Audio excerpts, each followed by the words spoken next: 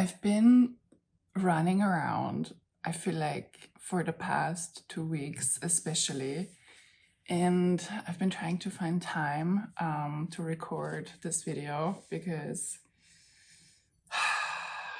it's very hard to find a slot in my day because yeah, so now it's Friday morning. I thought like in the morning I can get in this quiet moment where nothing disturbs me, because like then when I'm thinking like, oh, let me do this when I get home, but then the light is super dark and it's just not the same energy, so I prefer to do this in the morning. So welcome to this video.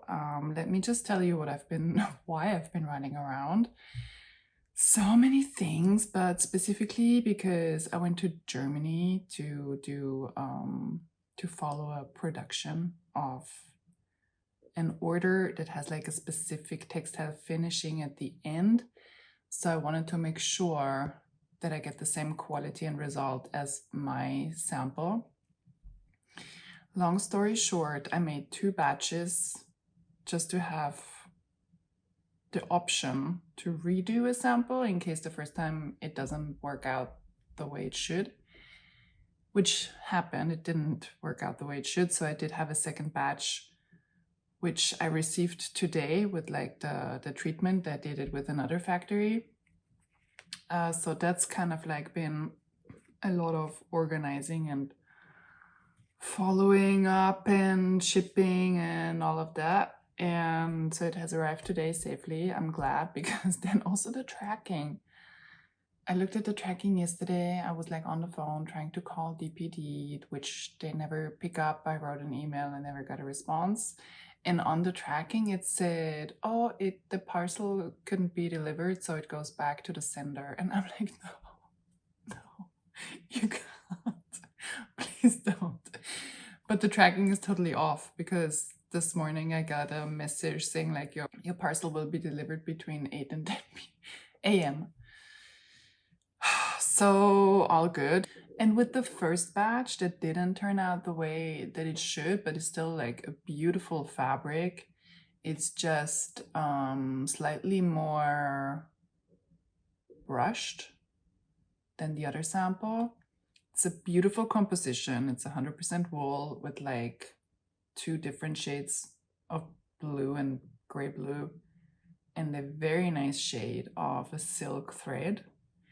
And I have quite a few meters of this batch, and so I was thinking of doing blankets also for the holidays. And since it's such a beautiful felted, good heavyweight, I thought blankets would be the perfect purpose. For today's video, we're going to talk about doing colors the French way, because it's a certain aesthetic. It's not just like any blue that you can use in interiors to make it really French. And I feel, because I'm not French and I moved here, I also had to learn what that meant, what kind of shade of blue it is, what kind of green, what kind of color combination that makes it French and that makes it luxurious. And today I wanted to talk about this to get into the nuance. And today we're going to talk about blue and green mainly. We're going to do 3 shades of each, different intensities.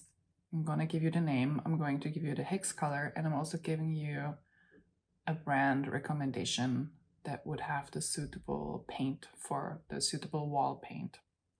Let's start off with a shade that is called Storm Blue. It's a very moody mid-tone blue with a hint of gray. In French, you would call it Bleu Orage, Orage meaning like a storm. And the shade of blue is reminiscent of the color of the sky right before a storm. So it has this dark, moody, enveloping, cozy kind of touch. Don't just do any blue. Don't do like an electric blue. or a too intense shade of turquoise. Don't make it too saturated. It gets overpowering really quickly. So the more toned down and subtle in saturation, the better. And I think this is what we're going for here. Stormy Blue is quite a dense gray blue with a tiny hint of green. Even if you do an accent wall, don't go too intense. It will look tacky really quickly. And the theme is harmony.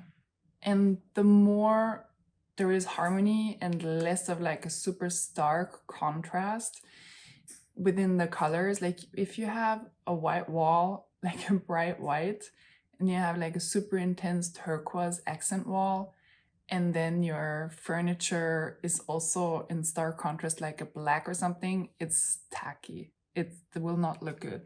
So go for a more toned down nuance, the Stormy Blue, for example, and then look for shades that are close to it.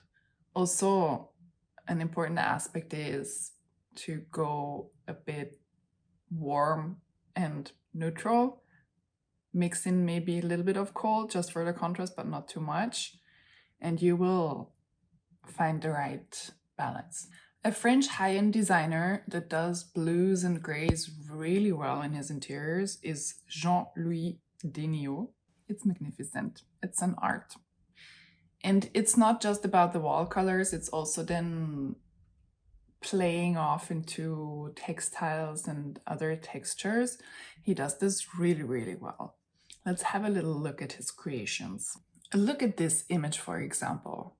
You can find so many really nice nuances with a tiny hint of color accents, mainly doing gray, very textured fabrics, and also stormy blue curtains. This is very, very nice. This one is such a good example because this is a stormy blue sofa, and this is kind of the accent piece. And then it just nuances away, and the smaller the pieces get, for example, the cushions, they're the most intense and the most saturated, and the larger the surface, looking at the rug and also at the wall color, the softer it gets. That would be one way to do it. This one is a great example for the stormy blue on the wall. The interesting thing is that it's really an accent wall, and it's cool to see the way that he did it, because right in front, I don't know if it's like a cabinet, seems to be a cabinet. It's a different nuance and it's a different texture, but it looks very harmonious.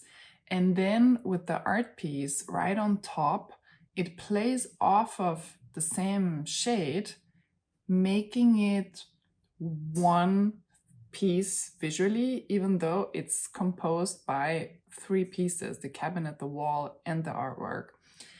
And then if you look at the surrounding walls, it's this very raw kind of concrete gray, which is soft, it's a good neutral.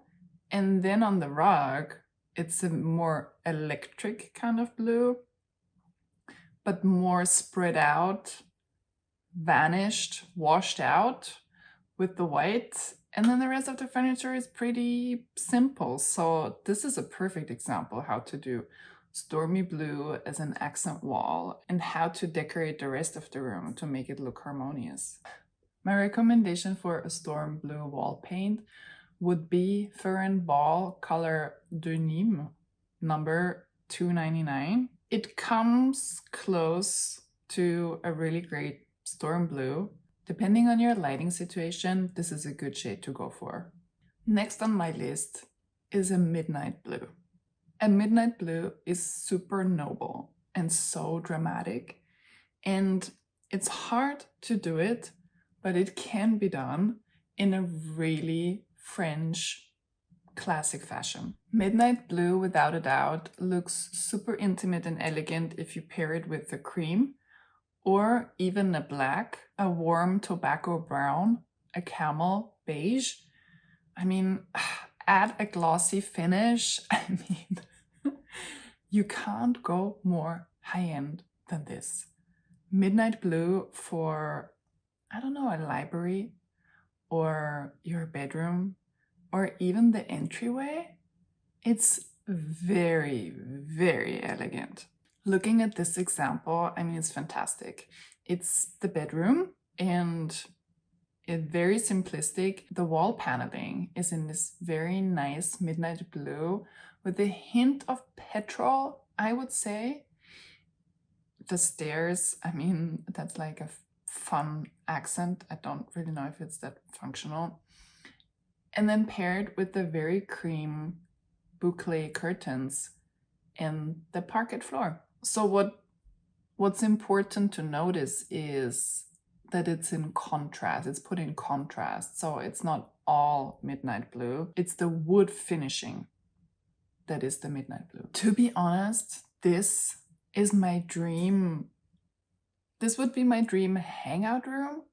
This is so elegant. It can be a meeting room maybe, or I don't know, like I don't even know if this, what this is. Is this part of a bedroom, a salon? I'm loving this mix of, can't really tell what it is. It's a bit 50s, it's a bit 70s, it's a bit 90s even. The gloss finish on the ceiling, it's crazy. If there wasn't a gloss finishing on the ceiling, it would be maybe more suffocating. But because there is this reflection due to the gloss, it opens up the room, which is fun science, because you would think that making everything this super dark, intense color would make you feel claustrophobic, but not at all. It's the opposite. Also, it's a very light room. There is obviously 2 windows at least. And the carpet in camel beige makes it so cozy. Another great example of how to use midnight blue. My recommendation for a midnight blue is from Bleu, which is a European brand and it's a bit more affordable than Farrow and Ball. I recommend the shade Underwater. They also have different finishings. They have a matte, a satined, they even have it for exterior, and a lacquered finish. Now let's talk about a very light feminine shade, which is Lavender Blue, Bleu Lavande in French, and man, very French color. It has a hint of violet, but I would really recommend to not go very violet. It has a slight hint, but it's more like a light blue with a very, very, very tiny, tiny, tiny percentage of this lavender nuance.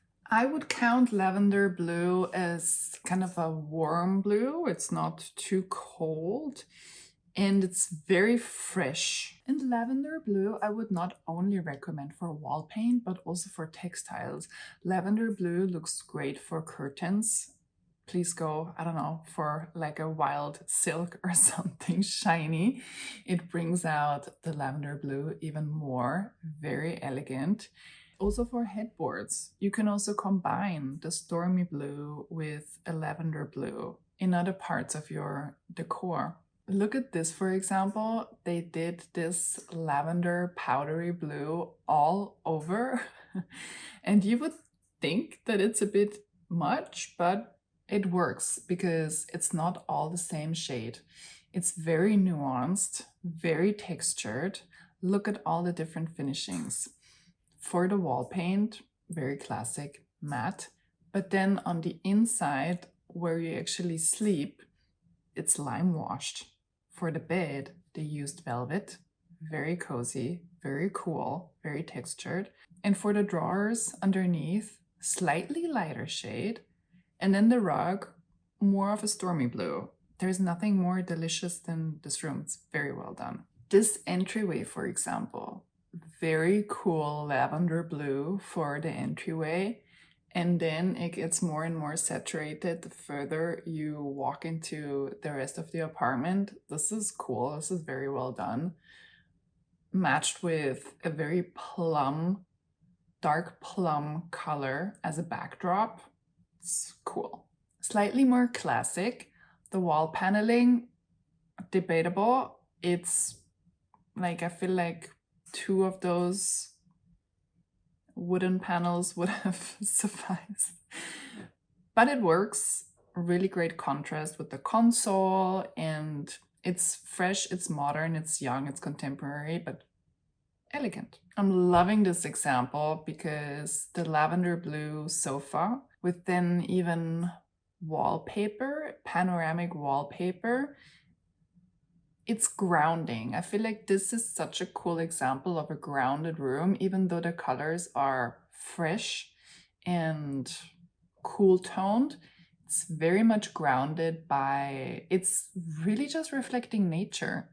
You have the hint of green, yellow through the curtains, resembling, I don't know, the sun maybe. Grounded, earthy, looks like a forest even, grounded, earthy rug, and these hints of green warming everything up. This is a very nice example how to use this lavender blue for a sofa. Super dreamy, super dreamy. This is a lime wash lavender blue, and I mean, all of the work, the visual work is really credited to the rounded out details on the wall. It looks like a cloud. I can imagine having the best night's sleep in this very cloudy bubble. This is a nice example also how to match the lavender blue with a real lavender color. This is a nice color combination. I must admit that this is very feminine. So depending on who you are and what you want to do and where you want to have this color combination in your house, but it does work. This is a really elegant example of a lavender blue with a more grayish blue mixed with cream, and also having matched the curtains to the wall color.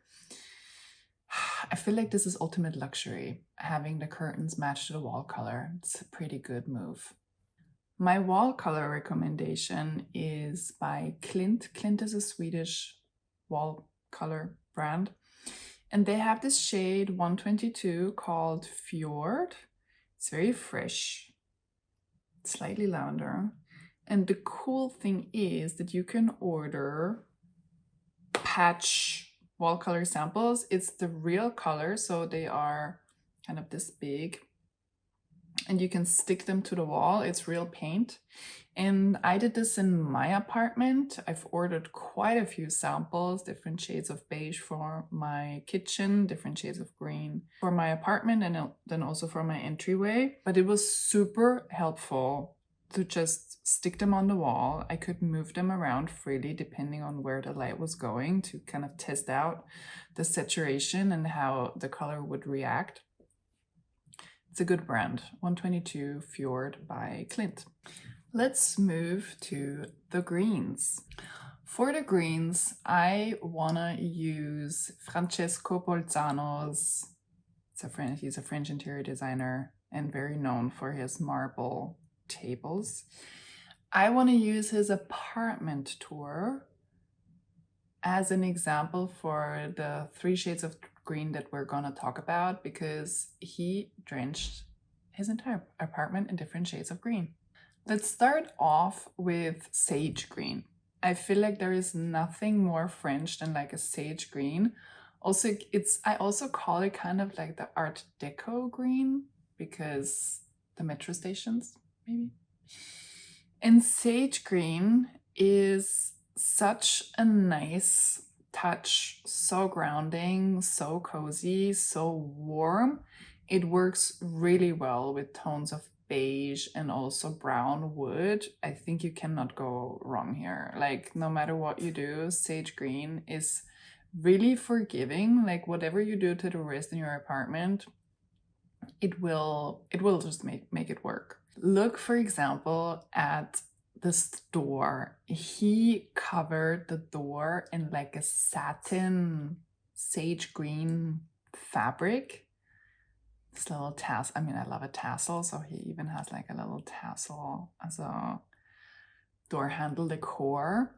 And in contrast, on the wall, it's this dusty, very light pink. This is pretty genius, I must say. And for the carpet, it's like a sisal floor covering, sisal carpet all over.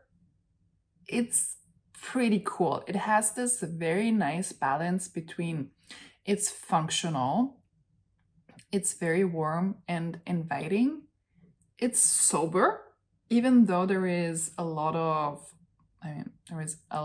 color going on. He kept his bedroom pretty simple, pretty minimalistic, with just this hint of dusty pink. And the door opens up to the sage green entryway. The sisal carpet continues, and it's very, very harmonious. I'm loving this. I'm falling in love with the sisal rug. Now I'm debating, like, where can I put a sisal rug in my apartment? It's a cool solution. I'm loving the solution. Also, it's so, sisal rug will never get damaged, really. And sage green and red makes a very fresh combination. I think the sage green would also work really well as a wallpaper, as a textured wallpaper.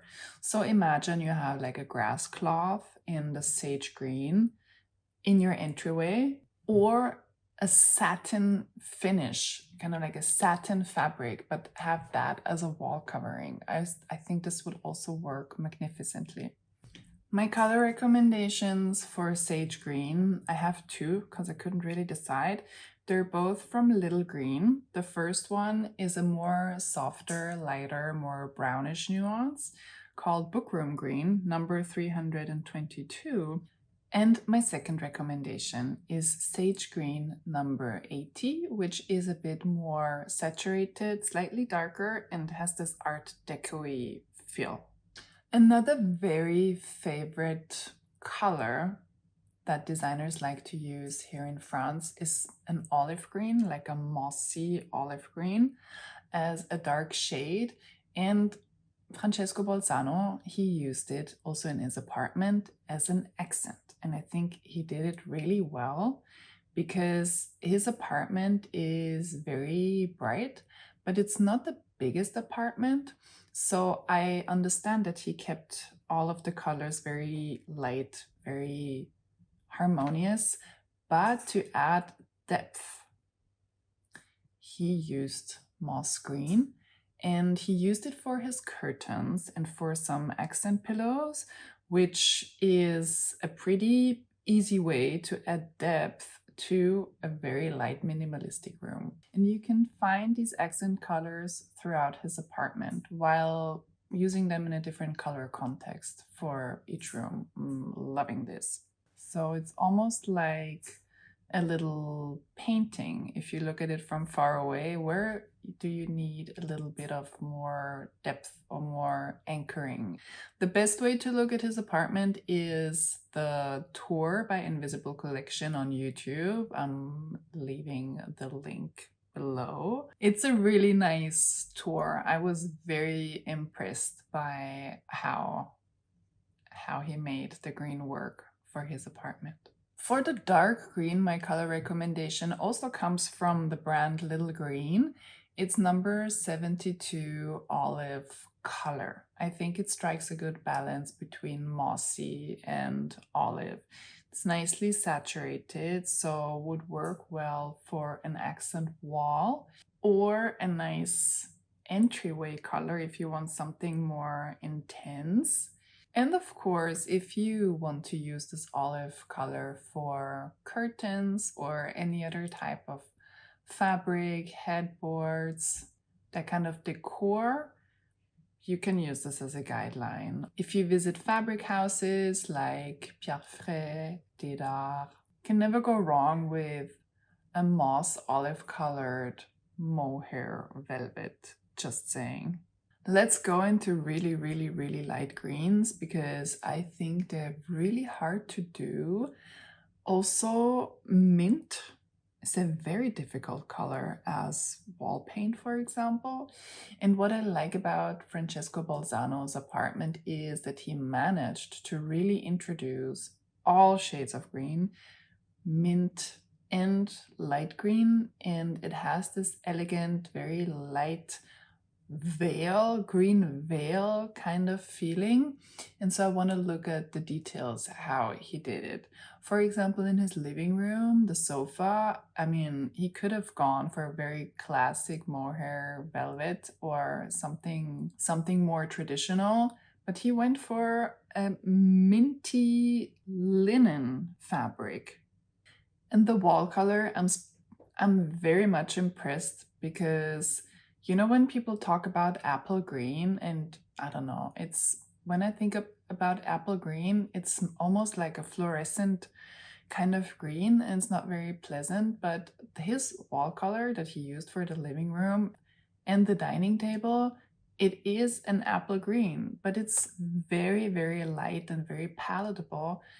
And it's cool how he has these other light shades of green. For example, his resin ottoman, his resin coffee table is also this grayish mint, which works so well with the apple green on the walls. I also love his philosophy on the apartment because he sees it kind of like a little garden within Paris. So he really wants his home to be a place where he can relax, where he can recharge, where he can kind of charge his batteries. And it is bold to have an all green apartment, but I can see why he did it. Also, his living room, it's not just a living room, it's also where his place where he works. So apparently he doesn't have an office. He even receives clients to, you know, in this double séjour, which is kind of like a double living room. So you have the living room part with the sofa, and then you kind of have like the huge dining table, which is probably where he has his client meetings. What I also love about his composition in the living room with the apple green is that he kind of anchors it by adding stone. It anchors the intensity and the brightness and this modern feel of the light apple green. I love how disciplined he is with the green. Everything is green, up to the details on the dining table, to the random blanket that is like laying somewhere, to the little stool in like a green marble. Like he really went in on the green. There is nothing that is not a shade of green or brown or in harmony with the green nuances. It's like even the coffee table books. It's amazing. Like I'm deeply impressed by his apartment and the rigor that he applied. My color recommendation for this very light green, this very light apple color, is quite hard to determine and to give a recommendation. I have found a shade that I would personally try out. It's from the French, very traditional paint brand Meriguet Carrère. And they have a collection done with India Madhavi, and she has this shade of green that is called Soif d'été, kind of like the thirst for summer, shade number 4. So this is a very light green shade that I would try out. Talking about greens, I want to plug something here because yes, I do mainly upholstery fabrics, but I've also worked on a very nice finished product, which is not just any cushion, not just any pillow, it's a ball pillow. And it's made with our very best fabric. It's our best seller, the Mantra fabric, which is this kind of boucle, very thick, heavy fabric. It's a two-toned fabric, and we've made really nice prototypes and a really nice shooting in a nice dark olive green. So I want to plug this here because also recently I've put them on my website and I've also put them on Etsy. So if you're interested, check the link below. I have very few in stock. I only have 2 or 3 pieces for right now. I also have some more in like a Bordeaux red and a very nice buttery yellow. And what else? Yes, I also wanted to plug something else because you know how in Google Maps you can create lists? And I have a ton of lists, you know, for like Asian restaurants, Italian restaurants, beauty stuff, like everything places that I go to regularly or that I want to check out. But I've also specifically made a whole list which is purely design. So it's from artisans to really interesting design stores to even paint stores. Whatever I'm looking for and whatever rabbit hole I'm going down, I'm always stumbling upon new addresses in Paris. So I guess now I have around 105 addresses saved in my Paris design list. So you can also get that. I'm leaving the link somewhere here or below. It's worth if you don't know where to go in Paris and if you come to visit also during design week, or especially if there is no design week, like where do you want to go? I have quite the selection. So please check that out, and I see you next time for more French colors. Bisous.